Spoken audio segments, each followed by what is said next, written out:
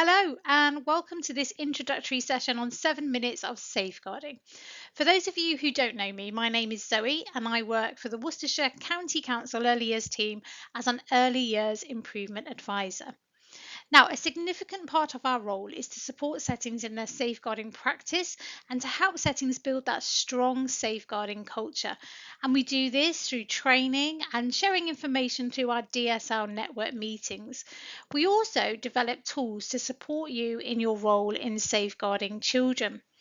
And today's webcast is going to introduce the new addition to our safeguarding resources available to you as early years providers, the 7 minutes of safeguarding webcast series. Now, this will be a free resource available to you and has been designed to support all early years settings across Worcestershire, whether you are a childminder, group provider, or work with early years children within a school environment. So, what is 7 minutes of safeguarding? Well, we know and appreciate how busy you all are and wanted to offer you a simple and effective way to update safeguarding knowledge on a regular basis. Our plan, therefore, is to create a collection of webcasts on a range of safeguarding themes, and these will be available for you to access and revisit on our website, with a collection building over time.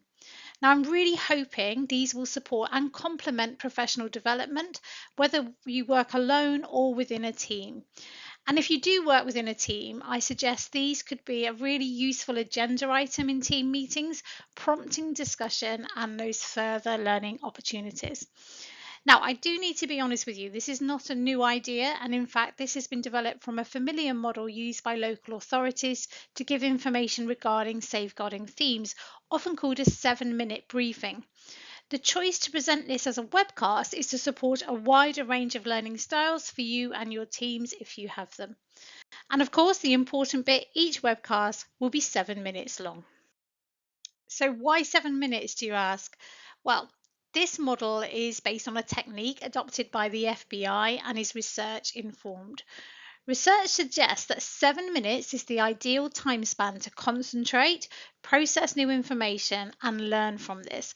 And this is great news for us in the early years, as let's be honest, we are busy people. However, with that said, I am hoping 7 minutes is a manageable amount of time that we can slot into our busy schedules.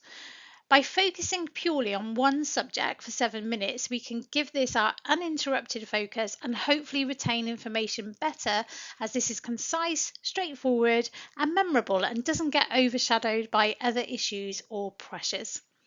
Now, of course, 7 minutes will limit us into what we share, but the idea is that these short focus sessions will engage the listener, raise awareness, and even identify gaps in subject knowledge.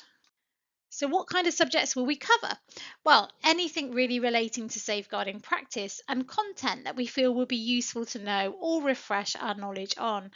We may explore the types of abuse and the signs and symptoms associated with these, contextualise safeguarding and the prevalence of this within Worcestershire. Evolving safeguarding threats could be a really useful topic so we can raise awareness.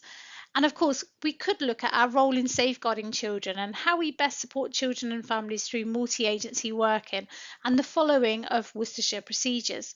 There really is so much scope that we could cover, and so these webcasts will build over time to create a catalogue of information for you to access.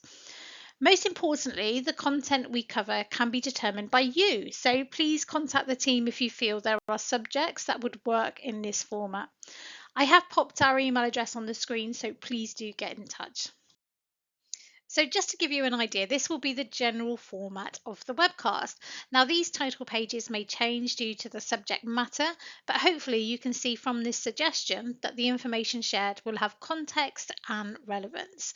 We may consider research which informs practice and understand why this subject matter is important to us in our role to safeguard children.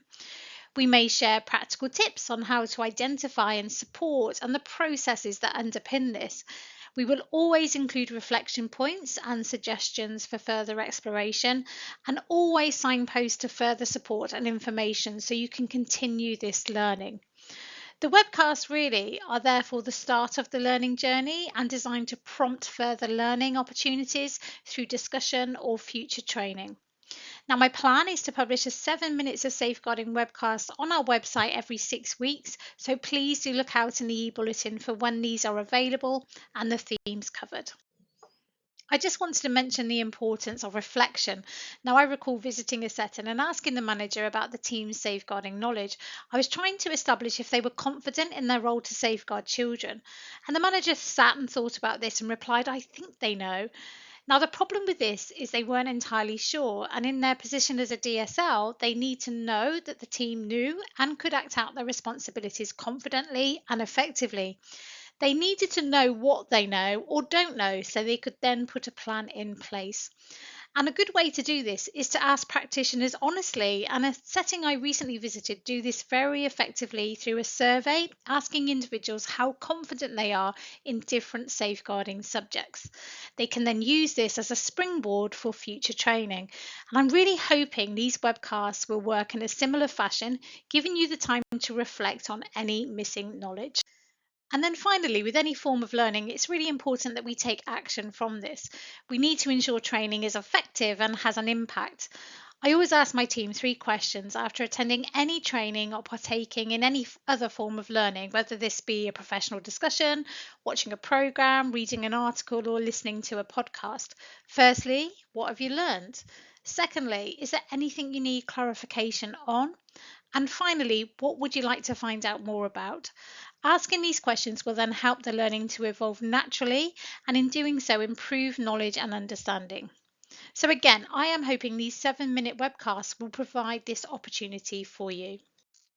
And there we have it. We are rapidly reaching the end of our 7 minutes now, so it is time to wrap up. Please do pop me an email if you have any questions or requests. Take care and thank you for listening. Goodbye.